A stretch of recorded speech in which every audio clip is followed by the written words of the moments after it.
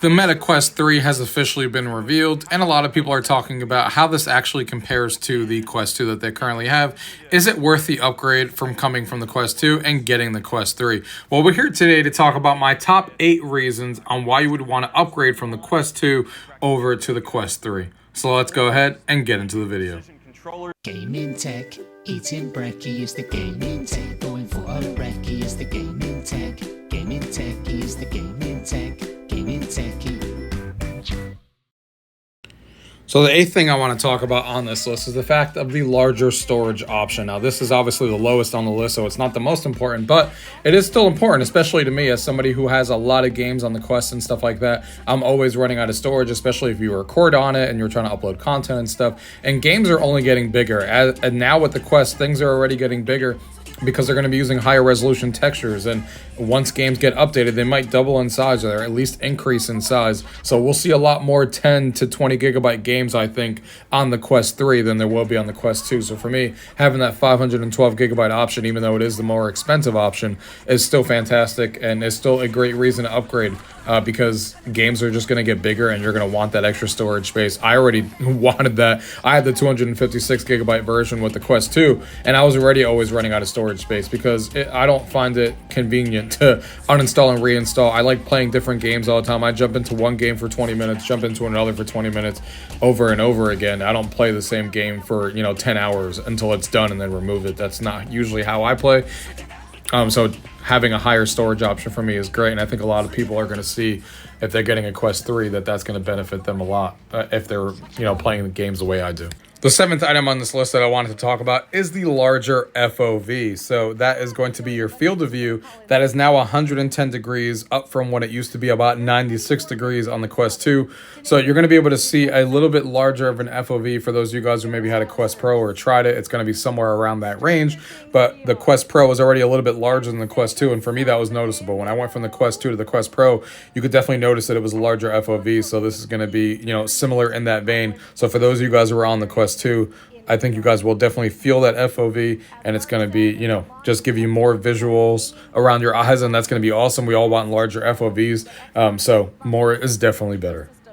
Talking about number 6 now, we got to talk about the fact that it's going to be more comfortable to wear. Even though it actually weighs like 10 grams more than the Quest 2, it's a lot slimmer. It's 40% thinner, so it's going to be a lot. The weight is distributed differently. You could see how much thinner it is there in the front, so it's going to feel a lot better on your head. A lot of people have already been talking about this. Everyone who's already worn it and stuff, that it is a much more comfortable headset to wear, even though it technically weighs 10 grams less. So more comfortable is always good, and you're going to allow you to be in VR longer than you were before, which is always a positive thing for everyone in VR.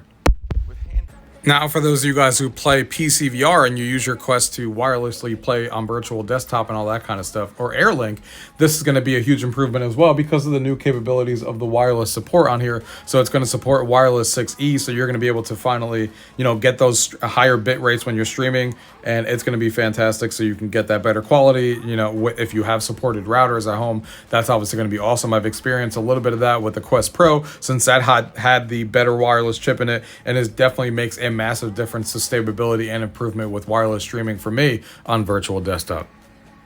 Talking about number 4 here, we're going to talk about the higher resolution displays. It's going to offer clearer visuals than over the Quest 2. The Quest 2 had 1832 times 1920 resolution per eye, where the Quest 3 has 2064 times 2208 resolution per eye. So you're going to get a nice bump up in clarity and resolution when you go from the Quest 2 over to the Quest 3.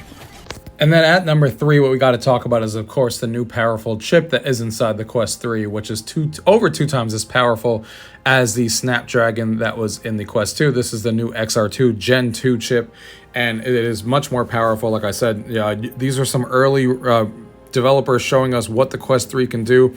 And this is just the beginning. We all know what happens when, the Quest 2 was around and how much it improved over time. So the Quest 3 hasn't even technically released yet, and we already have developers showing us how much better these games can actually look. And we're just at the starting gate for this stuff. And Red Matter being shown as an example here, this is fantastic what they're able to pull off already on how much graphical fidelity you can get out of this thing compared to the other one here.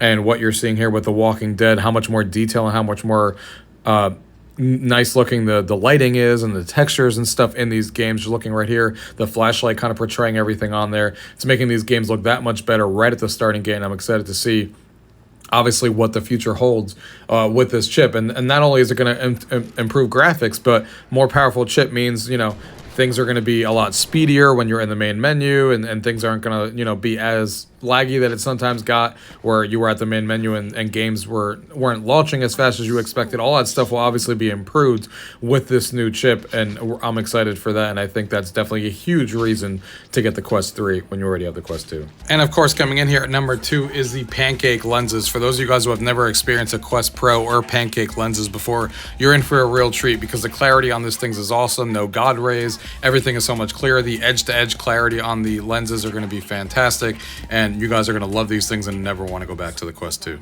And the number one reason, in my opinion, that you should upgrade from the Quest 2 to the Quest 3 is mixed reality. And this is what has me the most excited, because it's going to bring a whole new genre of games into mixed reality through to the fact that we now have full color pass-through, which we didn't have on the Quest 2 since that was black and white. And we're going to be able to do things like anchor a TV on the wall like you're seeing here to be able to watch sports, but still be in your room, maybe seeing other people or just having an anchor on the wall and stuff like that. Being able to play cool games in mixed reality like they showed Stranger Things where, monsters and stuff will come out of the upside down right from your wall. It's going to enable a lot of new experiences, but board games is something I'm really super excited about because I love board games, and being able to anchor that right on the table in front of you and locally be able to play with other people and have a board game that's virtually there but not really there when you take your headset off is going to enable, a lot of board games to hopefully come into VR and play it in mixed reality. Games like Demio, who have already updated, is fantastic, and just due to the quality resolution bump of what you get now with the color pass through and the depth sensor, so that's going to add an interesting wrinkle as well. As you can see here, it's just going to map your room without you having to do anything now. You're not going to have to set your boundary anymore or anything. It's just going to automatically know where things are in a couple of seconds at most, which is going to make setup and going into different rooms and playing with your Quest and outside and stuff like that for people who do that even that much easier due to the depth sensor.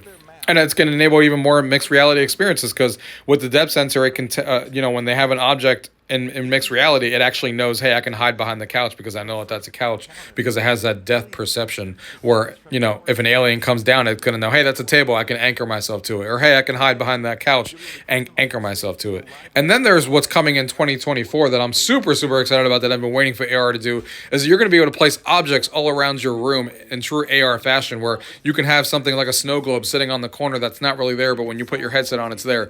A virtual screen, even though you don't have a TV in your living room, you can in VR and kind of play it. You can put iHeartRadio like music stations. You can customize posters and put them all around your MR space, even though they're not really there. But as soon as you put your headset on, they will be there and it will keep staying in there. So you can really customize your MR home. So I think that's really cool. It's kind of what always excited me about mixed reality, is being able to see objects with a pair of glasses on, or in this case in VR, that aren't really there, like a virtual TV screen, but they're there when you have the glasses on, and it makes you feel like they're there. So they're going to be adding a bunch of those things. Imagine creating a space theme on top of your head instead of your regular ceiling. So many cool possibilities with that, and I'm super excited for when this all starts happening in 2024.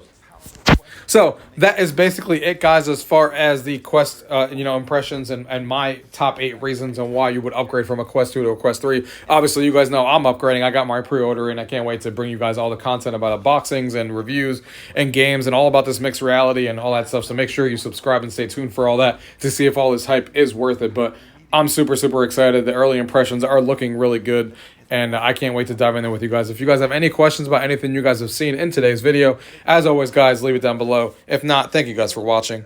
Till next time.